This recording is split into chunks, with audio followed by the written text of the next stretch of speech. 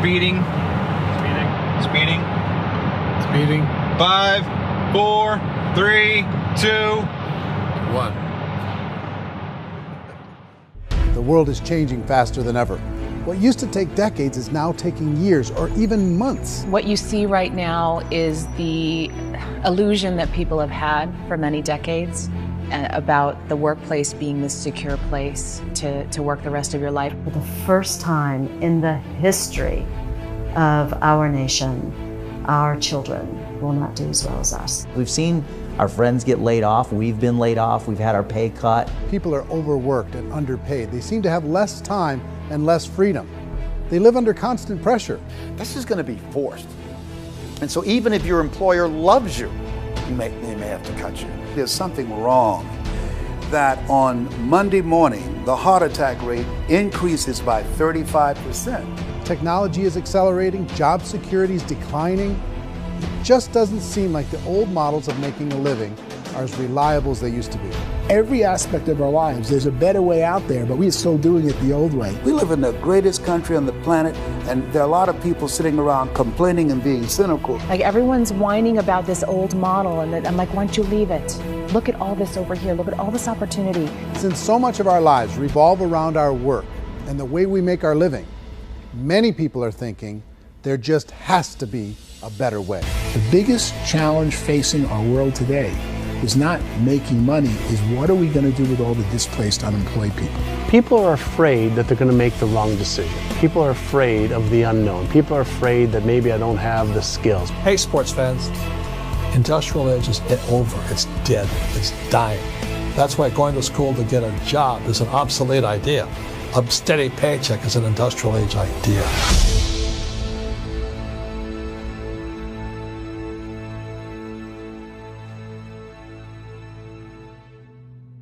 It's the search for answers that has brought us here together today.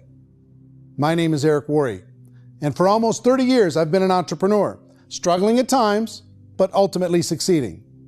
As a best-selling author, speaker, and business owner, I've spent my entire career helping millions of people around the world to become entrepreneurs. And I believe strongly that there is, in fact, a better way when it comes to how we make a living. The career landscape has changed dramatically, and many are still working in a model that is completely out of date. What worked for previous generations isn't working as well for people today. In this film, we're going to explore 3 important questions. First, what's really going on in our working world today? Second, in this new economy, is it better to become an entrepreneur, or is it safer to work for someone else? And third, if a person decides to become an entrepreneur and start their own business, how can they do it without taking on massive risk? To help in this journey, I've brought together some of the greatest experts and thought leaders in the field of entrepreneurship to share the real facts with you. My intention is to give you new information that will allow you to make choices that are not limited by an old, outdated model. Let's start by understanding what's going on in our working world today.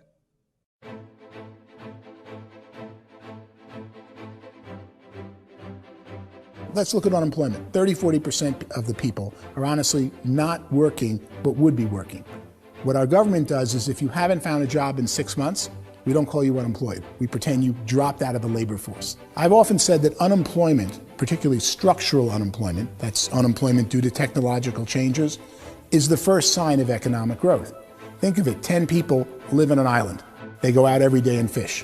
One day, new technology shows up. A missionary brings them a net. Now, using the net, one pilots the boat, one throws the net. 2 fishermen can do all the work 10 used to. That's a 500% increase in productivity, 2 doing the work of 10, in one day. You don't have to learn a lot to learn how to throw a net instead of throw a fishing line. The island's got a big problem, 80% unemployment. But the island still has all the wealth of the fish because the 2 people produce as much fish as 10 did. Now, of course, looking back in history, these changes used to take thousands of years. And during that time, we went into farming and transportation. Some of us became doctors and some teachers and lawyers, and we developed all these new professions and new manufacturing jobs. Today, these changes are occurring literally in one day when a new technological advance occurs, and we don't have the social structures to deal with it or to retrain the unemployed people.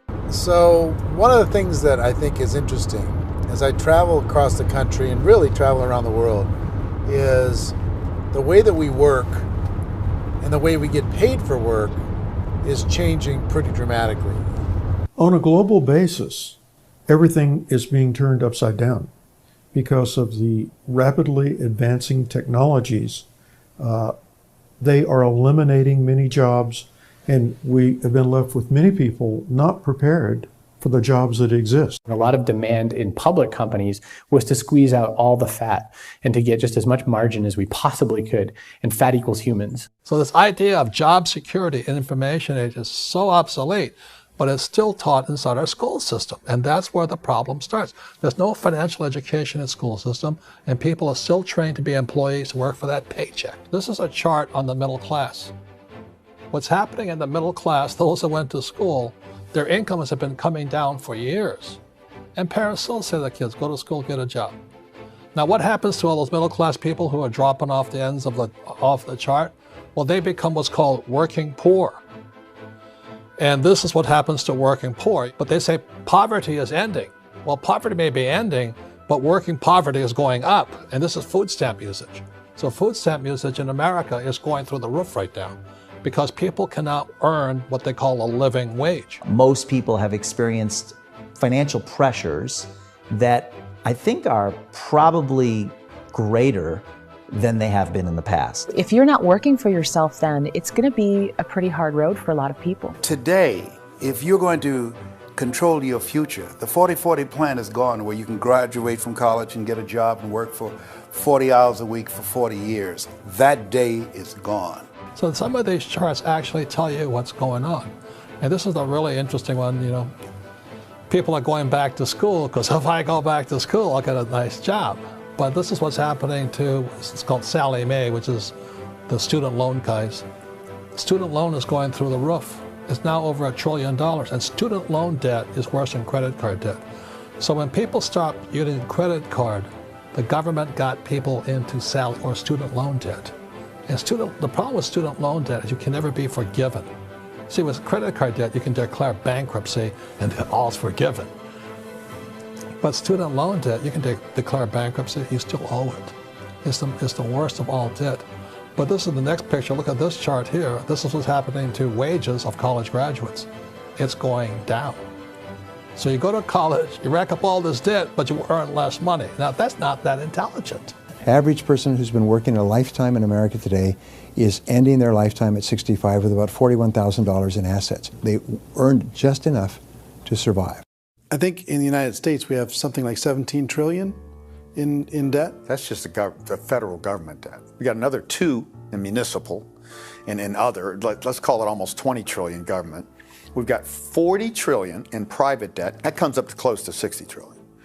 When you then add something we never had before, what you were talking about, when we look at the unfunded portion of Social Security and primarily Medicare, Medicaid, that at the most conservative estimates from outside firms, Kleiner Perkins, 67 trillion and growing. That's more than all our other debt. There's less conservative estimates that say it's 84 trillion or higher. I added up conservatively $127 trillion in total debt. Debt is a financial drug.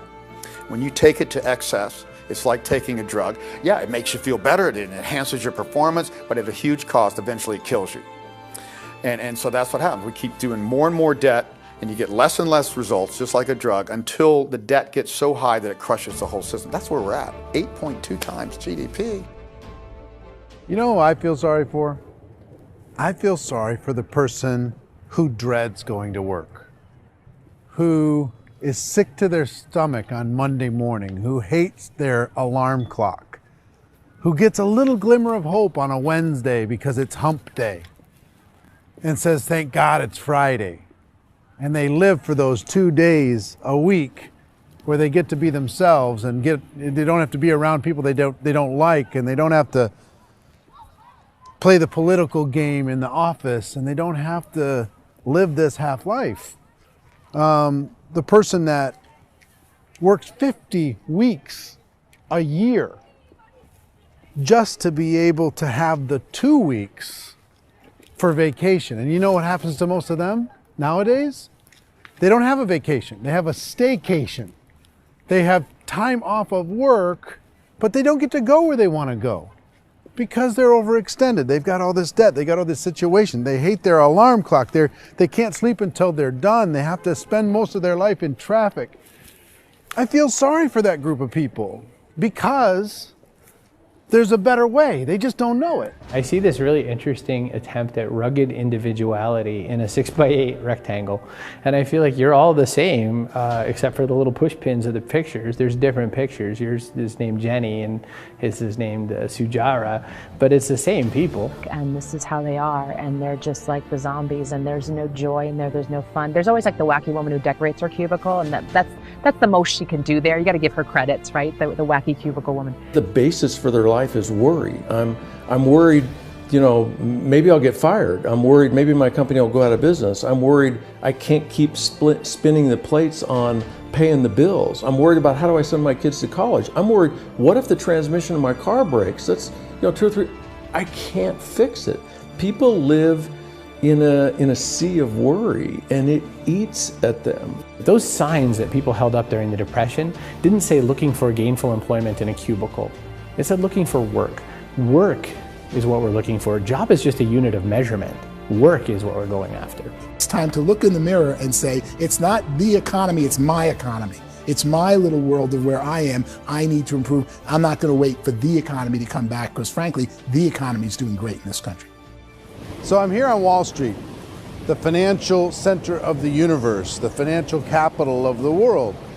This is where most people's money goes to at least be held for a time, right?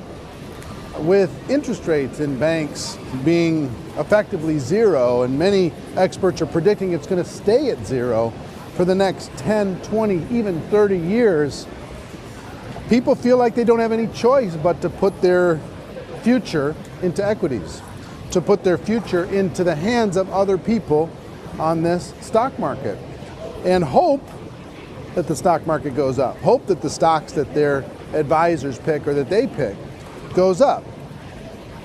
That's one way to go, I guess. It's my personal belief that if you put your future into the hands of yourself, in other words, you have earning power by yourself, I think you're a better investment than these guys. I think you controlling your future is a better option than handing over your retirement to these guys. The average household income in the United States is approximately $50,000 a year, what they call the middle class. To reach the top 25% of income earners, you'd need to earn at least $90,000 a year. To reach the top 10% would be a household income of $140,000, the top 5%, $190,000, and to be in the top 1%, you'd need a combined household income of at least $380,000 a year. So here's the question. What do you think would give you the best chance to move up and get to the top 10%, the top 5%, the top 1% or beyond? In my opinion, and in the opinion of many, many experts, the answer is to become an entrepreneur, to become your own boss. I think you have to be a business owner. I can't, the only time I ever say to someone it'd be great to be an employee is when they've already told me they've surrendered. I only tell people who are wounded spiritually that they should be an employee. And it's that feeling that you get when you pick up the backpack off the little Cub Scout and say, "Don't worry, little guy, we'll get you back to the camp." You know, it is in no way a kindness when I tell someone they'd be a great employee. The other status symbol really increasingly is lifestyle. I mean, people can own their own business, maybe even work out of their house. That, I tell you, people admire that. Like, gosh, I wish I could do that. The spirit of the entrepreneur is to be a risk taker and to be resourceful and unstoppable and to have a vision of yourself beyond where you are and not willing to settle for life as it is. Think about the great entrepreneurs. They're visionary. They have heart. They're willing to do today what others won't so they can do tomorrow what others can't. Personally, I don't think of the new economy, the old economy. I create my own economy. The entrepreneur's in control. I decide what the economy is going to be like. In the world of entrepreneurship, there are no limits. you can make as much as you want, depending on how much you want to work and how smart you are and how great a team you put together. There's no more lifetime rewarding business than being an entrepreneur. Why in America, where anyone could be anything, would people want to give up their freedom and become effectively a modern-day slave, told shut up and be here every morning at 7:30, leave at 5:30, and do what I tell you? If people decide to become an entrepreneur and work for themselves, they have some traditional options, but they're riskier than you might think. Any kind of a retail business, retail build-outs, is extremely expensive. Even just these small little yogurt stores where they're putting little yogurt machines and you get all the different flavors, you're spending $200,000, $300,000, $400,000 to open a yogurt shop. I would love to buy a Dunkin' Donuts, but it's $500,000 or so to start. I don't quite have that just in case money. Risk you can lose it all, and most guys do 2 or 3 times, and even big guys like Branson, because I'm such a fan of his, half his companies don't work. If you make $1 million, your problems are going to go. If you make $1 billion, your problems are really going to go. Just the opposite. You and I know when you're making $1 million, you get $1 million responsibilities. You make $1 billion, you got 1,000 times $1 million responsibilities. And most people say, I'd love to be my own boss. 70% of Americans would love to be their own boss, according to recent polls. But they don't know how to get there. Because what are you going to do? One, you could buy an existing business. If somebody's selling an existing business, you have to ask why. Usually because it's probably hard. It's probably not making as much money as they hope. 2, they could buy a franchise. A little less risk, proven system, but it's expensive to be able to do that. 3, they could start something from scratch.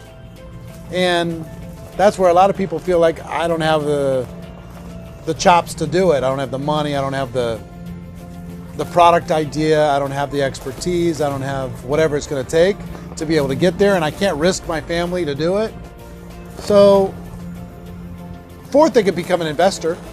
A lot of people in this town invest to try and figure out a way, but you got to be pretty smart with that game too, right? Venture capitalists, who are the very best and most sophisticated in investing in new breakthrough businesses, make it on 1 out of 11. That means 10 out of 11 are mediocre or fail. Most of them fail. That's the risk there. An angel investor is lucky to get 1 out of 15 or 20. A business is a team sport. Like, I have to have accountants, I have to have engineers, I have to have systems designers, I have to have sales, marketing, I have to have accounting, I have to have mission statements, I have to have legal and all that. The average Joe Schmo, even me, I go out there, I don't have the skills to put a business together. I think the bottom line for the 4 traditional options is they take money, sometimes a lot of it. They take expertise, and they take time. All of that adds up to just too much risk for most people. I bought a business from somebody else and it was a lot of work. And you start wondering, what did I just buy? Because I guess ultimately I own your email list and I just overpaid for it. People that start their own business, they spend a lot of money, they spend a lot of time, a lot of effort to get things started. And the more you invest on the upfront, the harder you typically work at it. Well, I can tell you what the success rate is of a restaurant. What is it? They're crazy enough. About 90% of them fail. About 90%, in how quickly? Year less. Wow. And if we're talking non-franchise, we're talking franchise, Sure. That's totally different. Yeah. But our students aren't getting franchise restaurants. You got to invest big money. Exactly. And with someone like McDonald's, you've had to work with the company for a long period of time, really know the Even have a chance at investing $1 million. have a chance, and it's a slim chance. What if there was a way that you had all the proven aspects, the comfort aspects, and you could still control your own life? What if there was both?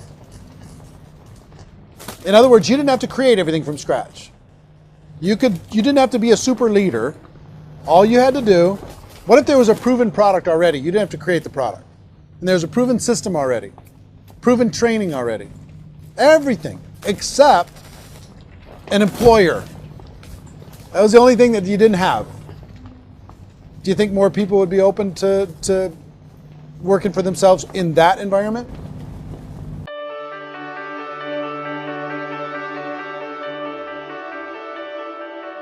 In our search for a better way to make a living, we've come to the conclusion that becoming an entrepreneur is actually safer than being an employee. And through our look at the entrepreneurial options, one particular path kept coming up from expert after expert. And I think most people will find it surprising because it's certainly a non-traditional business model. That model is for people to start their own business and become an entrepreneur through the creation of a network marketing business. Some people call it direct selling because the product is being sold directly from the manufacturer to the end consumer, cutting out the middlemen. Other people call it multi-level marketing, or MLM, because there are multiple levels of commissions paid. The most common term today is network marketing, because network marketing best describes using a large group of independent distributors, independent entrepreneurs, to move a product or service more efficiently. So my friend here, Donald Trump, and I, we always write about the network marketing industry. And the reason we support the network marketing industry is because it really is a business school for entrepreneurs. Because most people come out of school looking for a paycheck. Oh, that's terrible. I would go into network marketing like that. I think if it didn't exist, we should invent it. It is that good. I think direct selling is a great way to do business today. It's very easy to get into that industry, and you can be self-employed, be in effect an entrepreneur. When we see multi-billionaires adding network marketing companies to their portfolio of companies, that would be a clue. When we see people who are very famous authors and very famous business people endorsing the industry, that would be a clue. These network marketing companies aren't $50 million companies, they're billions and billions of dollars. They lead the stock market, they're major companies. When we're going to get it? You know, and you're going to school to work for a paycheck, but if you want to be rich, be an entrepreneur, and network marketing gives you the spirit to be an entrepreneur. A traditional company will spend up to 50% of their total revenue on marketing. Network marketing companies use a different approach. Instead of having all that extensive marketing expense, they utilize a network of independent distributors to do the marketing for them. Now, why do they do this? First, because word-of-mouth advertising is so much more effective today than traditional media advertising. Second, some products need to be explained or demonstrated, and an independent salesperson can do that more effectively than an ad campaign. Third, it's completely efficient. The company only pays for the marketing of their product if a sale happens and not before. Imagine if Amazon allowed you to become an independent distributor and paid out 40% of its revenue to that distributor group. All you had to do as a distributor was recommend a product, and if a person bought it on Amazon, Amazon would take care of all the logistics, and you'd get paid for bringing the customer. Now imagine you got paid for every purchase that customer made for the rest of their lives. Well, Amazon doesn't offer this option, but network marketing companies do. 85% of all buying decisions in our society are made as a result of word of mouth or reputation. We're recommending things to each other all the time. You know, who's your dentist? Who's your doctor? Who's your lawyer? What detergent, are you using? What legal system are you using? What product are you using? We're talking to each other about the things that we love anyway. When you go into a big box retailer, you're lucky if the clerk looks you in the eye, much less gives you any detailed or accurate information about what you're purchasing. So of course, this personal information, this education coming from a friend, a neighbor, a relative, or even a stranger, but one who has experience with the product is extraordinarily valuable. As a matter of fact, network marketing can educate consumers probably better than any other form of marketing. It certainly can do better than advertising because advertising usually has a certain hype to it and you can only get limited information. So, network marketing trumps advertising. If you were a typical sales company and you wanted to sell $1 million a month worth of product, you might go find 100 superstar salespeople. The quota would be $10,000 a month. So network marketing as a distribution system just flips the numbers. So we use 10,000 happy, raving fans of a particular product, and we don't concern ourselves so much with how much product each one of them individually sells. If they sell just $100 or $200 a month, and there's 10,000 of them, you're selling $1 million to $2 million a month worth of product. And that's the best way I can explain how network marketing works. This is the marketing arm of the company. There's not money being wasted on bricks and mortar. There's not money being wasted on inventory that's sitting stagnant somewhere. There's not of employees standing around that don't have customers. These are people that are going to connect with customers. These companies allow people to become independent distributors for extremely low cost and with no minimum time or sales quota. Essentially, they own their own business and can provide as much or as little sales as they choose. In other words, the distributor gets all the benefits of traditional business ownership without the risk. The advantage of network marketing is the ease of entry, the low risk, and the low startup cost, because almost everything else has very high risk. You can get in for a minimal investment. You're buying into a system that's already been proven, products or services that have been proven to work. The keys to network marketing is providing an opportunity for the masses to get involved, providing an opportunity for the average person who doesn't have the resources to start their own business. All of this so far is fairly straightforward, but network marketing offers another benefit, and it's this benefit that makes it so interesting for entrepreneurs. Network marketing allows a distributor to build their own network of other distributors and then compensates them on the sales created by that entire group. Direct selling is, at its base, very simple. It's the sale of a product or service to an individual on a face-to-face, one-on-one basis, just the way we're talking right now. But there's an important element as well, and that's the offering in conjunction with that sale of product, the offering of an opportunity for someone to make something of themselves. No matter what your social status is, no matter what language that you speak, I mean, look how many unbelievable people are becoming successful that speak every kind of language out there. What an awesome gift to give the world. Instead of having to work your way up in a system and prove that you could be a sales manager, they just decided everybody can be a sales manager. Everybody gets to build a sales team from day one. And so what that brought into the system of growth as a direct selling company is the concept of compounding or geometric progression.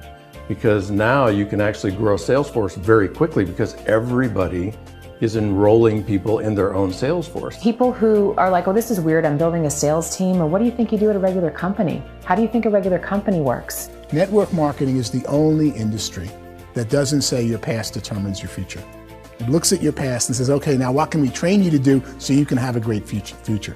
Every other employer out there wants to exploit you for what you already know, not teach you something new. Network marketing has the potential to save the United States and the world because it's going to teach people not to be employees, but to be entrepreneurs.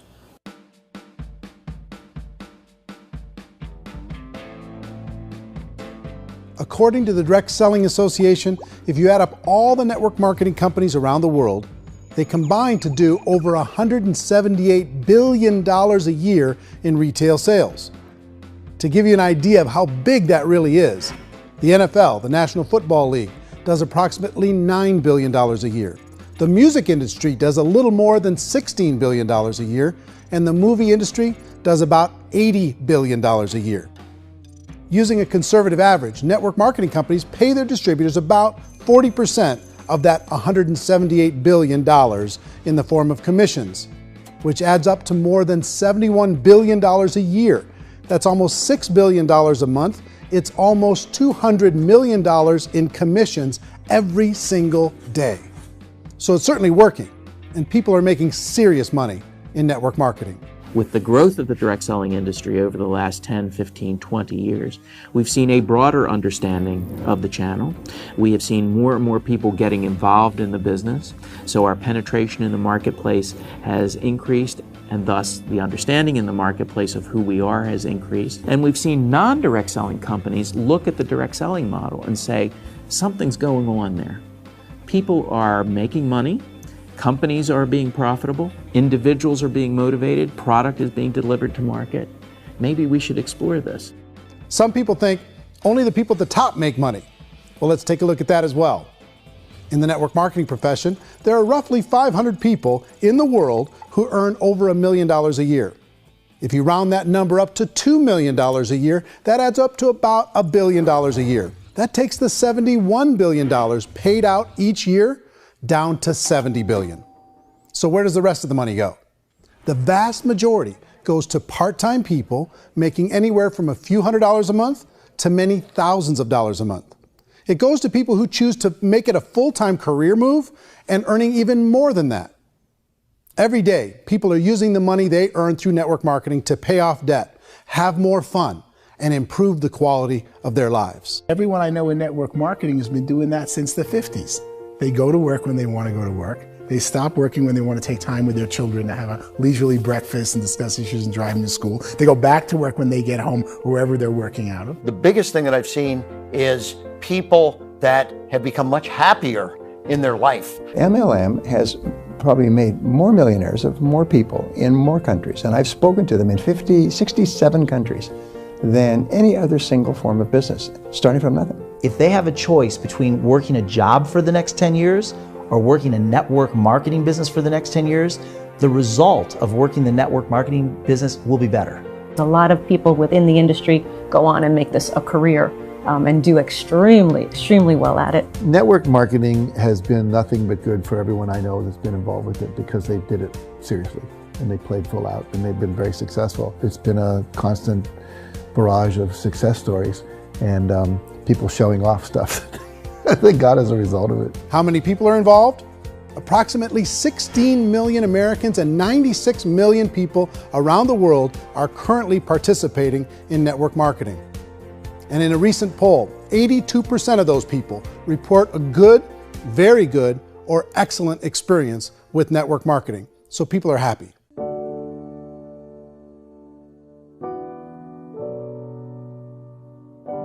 So I've taken a look at the network marketing profession and really tried to understand why so many people are confused as to the validity of this as a business.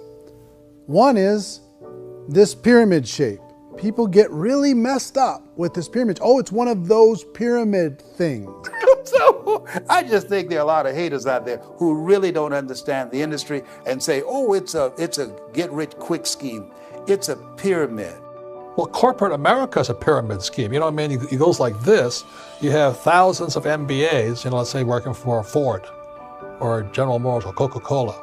If all these MBAs are all trying to get to here, that's a pyramid. Only one guy's going to make it. Every 10 years, one's going to make it. Whereas you look at network marketing, it's like this. So you're here, and your job is to develop other CEOs coming up behind you. So it's an inverse pyramid. In network marketing, it's a very simple concept. If you sell product, you get paid. It is paid based on production. There is no first mover's advantage. There is no investment component where the more somebody spends, the more they're entitled to make. So the two are polar opposites of each other. It doesn't matter what shape the company is or the compensation plan is shaped, whether it's a circle or a pyramid or a triangle or a trapezoid, it doesn't matter. If compensation is coming primarily from recruitment, then you've got a problem. On the other hand, if an operation is basing their compensation to participants on the basis of sales, even when those sales are generated by people you've recruited, well, then you're a perfectly legitimate enterprise. That's the legal test, it's the practical test. Another issue that's been true in the past that is no longer true now is people used to be in network marketing loaded up with products that they couldn't sell, and they ended up a loser. They ended up with a bunch of product in their garage, they ended up with a bunch of products sitting in their kitchen shelves or whatever, and they thought they could sell it, and then they weren't willing to or able to sell it, and they ended up with a bunch of stuff, and they were bitter about it. There was this thing called front loading where you had to buy, if you bought $25,000 worth of product, you got better commissions and all this. Today, it's almost all done by computer. It's direct mail, comes from a warehouse somewhere else. You don't have to have all this inventory. You don't have to stock up. It's a paperless world now. Most of it's done online. You have a back office. It really works. And the technology has changed everything. Third issue is people start talking about 99% of people in network marketing don't make any money. Well, we've talked about that over the course of this journey together. Almost $200 million a day is being paid out to network marketing distributors around the world. The naysayers, the people who say that it doesn't work, are usually the ones who just don't know how to make it work for themselves. And so they're giving you an opinion, and I tell people, don't confuse people's opinions with expertise, because opinions are free. And don't confuse sincerity with the truth, because people could be sincerely wrong. But here's the reality inside of network marketing. The vast majority of people that get involved in network marketing just become customers, and they get involved to be able to purchase product at a lower price. If you take Costco as an example, if a person goes into Costco and gets a membership to Costco so they can get a lower price on the product, we don't call that person a loser because they have a bunch of product that they walked out with with a smile on their face. Yet when some people want to take a look at network marketing, they say, well, those people, they're just using the product and they aren't earning an income, so they must be a loser. They're not a loser, they're a happy customer. That's the vast majority of people that are involved in network marketing. Now, a smaller percentage of those people decide to go build a business. They earn $300 a month, $500 a month, $1,000, $2,000. That's the bulk of earnings in network marketing. And then there's the few that really decide to take it serious, really decide to build a large network, really work to make that network very, very productive. And those people make huge amounts of money and there's no cap. What I do as an outside economist, just somebody looking at this industry like any other industry I speak and say, look, what's the realities of this? 1% do incredibly well. 10% generate some additional income at pretty low risk and effort, that's not, and 90% of people roughly end up customers. One thing that I think is real when it comes to people's perceptions about network marketing is people put this, and distributors, I think, involved in network marketing have some responsibility for this. They have sometimes unrealistic claims about the product or about the income. Most people who become distributors, they want the money, they want to be successful, but they don't have the skills. They don't know what to do. And when people don't know what to do and they're in a new business, they're scared. And when they're scared, they panic and desperation kind of sets in. So they think everyone they talk to has to get in.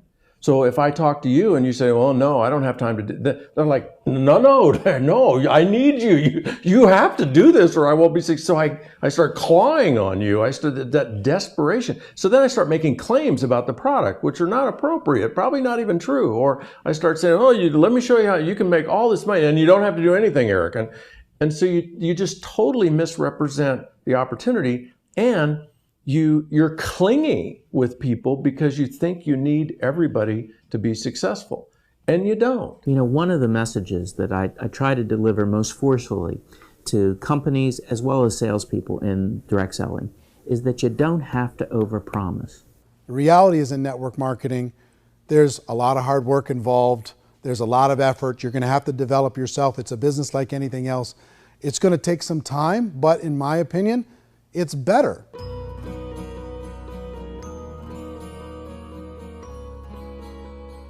It's light years better for people starting today than it was even 5 years ago. I think it's more widely accepted now, and people understand it is a business. It is being an entrepreneur. It is being a business owner. Our belief system is based upon our evaluation of something. And frequently, if we reevaluate a situation, our belief about that situation will change. The industry has changed and it's grown up. It's totally transformed. You've got young people today that have grown up with social media, and they understand networks. They understand how people are connected through technology, and they understand how money flows through those networks.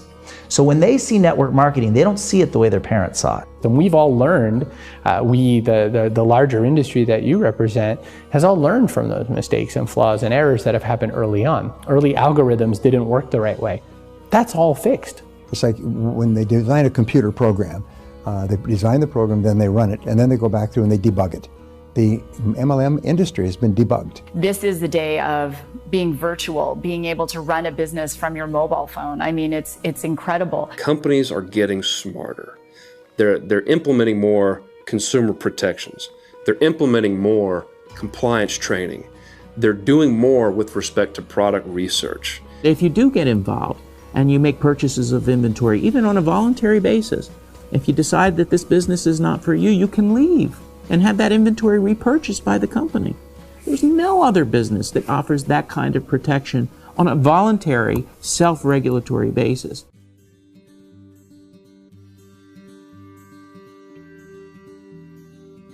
If you decide to look further into a network marketing business in order to generate more cash flow for your family, I would recommend reviewing the following 4 elements.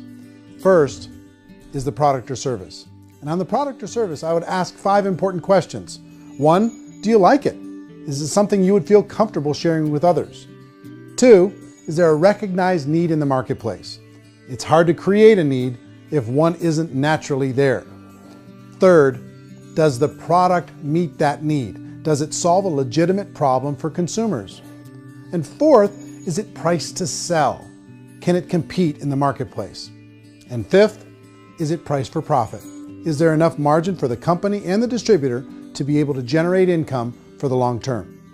If you can answer the questions on the product to your satisfaction, the next element to consider is the company itself.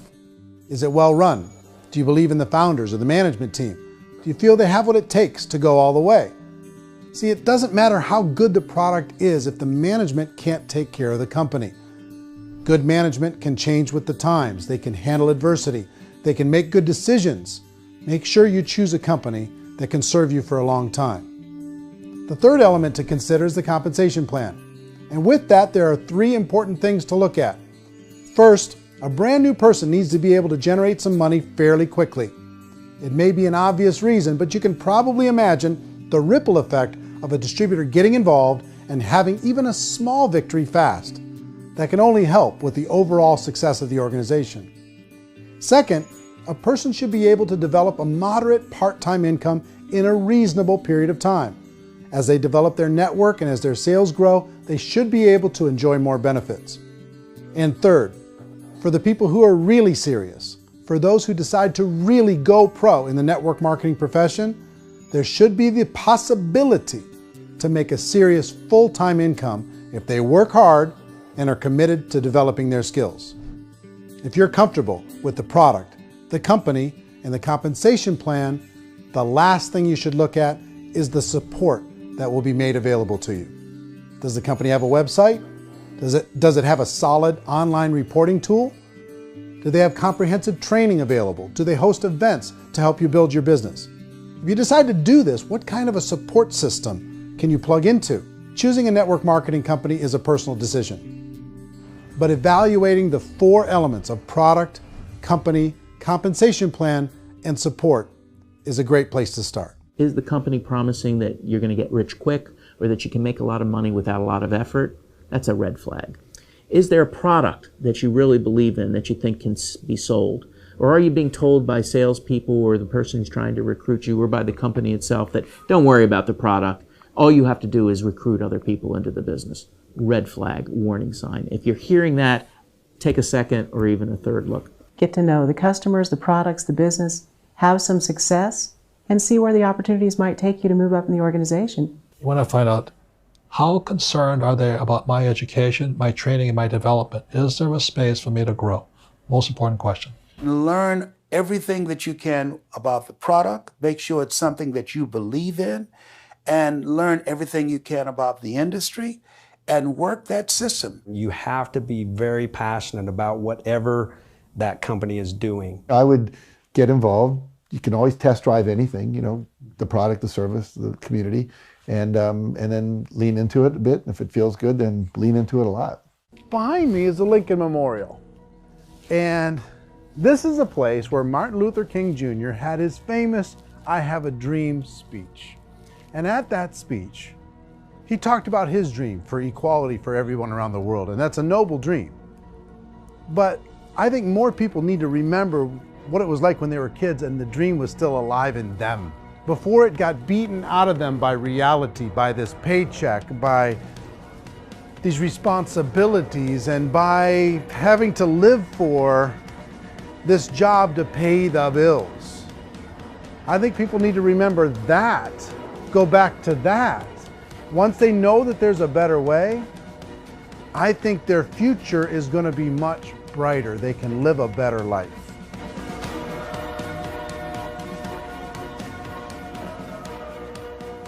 So if you're considering getting involved in a network marketing company, let me offer you just a few pieces of advice. First, network marketing isn't perfect. It's emotional, it's challenging. Like any entrepreneurial venture, it can have its up days and its down days. But if you have an entrepreneurial bone in your body, it's just better. Second, if you're gonna do it, decide to be professional. Decide to go pro. It's better to do that than just be this amateur sticking your toe in the water. Third, as any professional, you're gonna have to learn some new skills. And I promise you, inside of the network marketing profession, they're not too difficult to learn. Fourth, like anything worthwhile, it's gonna take some time. Don't expect that you're going to get to the finish line right out of the gate. And fifth, it's worth it. It's worth it to be able to take charge of your life again. It's worth it to be able to control your own financial situation. It's worth it for the people you're going to be able to spend time with. It's worth it for the things you're going to be able to see and the experiences you're going to be able to experience. It's worth it for the causes you're going to be able to contribute to, the lives you're going to be able to touch, the customers you're going to be able to help, the friendships you're going to be able to develop. I promise you, it's worth it. Remember, most people are searching for answers just like you are. But I do have to tell you the catch to network marketing. If there is a catch, if you want to understand this from an emotional point of view, people say, well, it sounds too good to be true. It's not, it's hard work. But here's the catch. Most people still don't understand it. So you're going to have to endure the loss of social esteem from ignorant people. The uneducated will think less of you. Now, if you can handle that, you're on your way. If that's going to destroy you, you know what? Entrepreneurship in general probably isn't in your future. If you can face that catch, you can become unstoppable. I want everyone to really contemplate this if they're not in network marketing. You're in a job, you probably have a mortgage, you have rent, you have debt, whatever's going on. You're in a prison. You work just hard enough to keep them from firing you, and they pay you just enough to keep you from quitting. Come on! I've been there, done that, and bought that t-shirt. In network marketing, if you run into failure, it's really just a homework lesson for yourself. There's no one to blame. You really have no excuse not to be successful. You just don't. People don't want to hear that, but there's so much available to you. If you want to be a good network marketer, be a student to the people above you, be a fellow traveler to the people on the same level, and be a teacher to those below, and know when it's appropriate to do which. People who are not afraid of asking people to buy things, or not afraid of persuading people with a chance they may say no, these people own the future. Nothing happens until something moves. So you got to go move, you got to go do something, or nothing's going to change in your life. In the beginning, you're going to do a lot of things that you don't get paid for. But as you go down the road, you get paid for a lot of things that you don't do. And your job is rehabilitating the spirit, the entrepreneur spirit in all of us. You get it back. Either give it a strong yes or a strong no, but no wishy-washy, dilly-dally stuff in the middle. There's dreams and there are nightmares, but I believe that the biggest nightmare of all is when you don't pursue your dream. You're going to see some monumental growth in this profession. It's an exciting, exciting time to be involved with the network marketing profession. The next 10 years, I see just exponential growth. When that tipping point comes, it's not a matter of asking somebody, have you ever heard about network marketing? You're really asking them, which company are you building your wealth in? We are here to fix the world, to improve relationships with other people, to improve other lives. And the real reward comes as an entrepreneur in any level from teaching somebody something and watching them soar. There is no greater reward.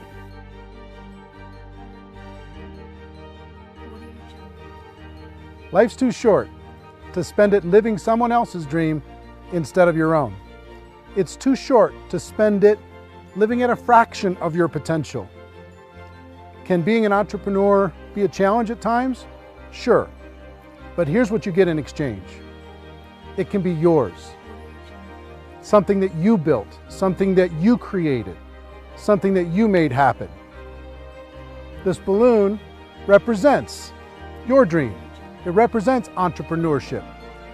My wish for all of you is that you would reach out and grab it. The choice is up to you.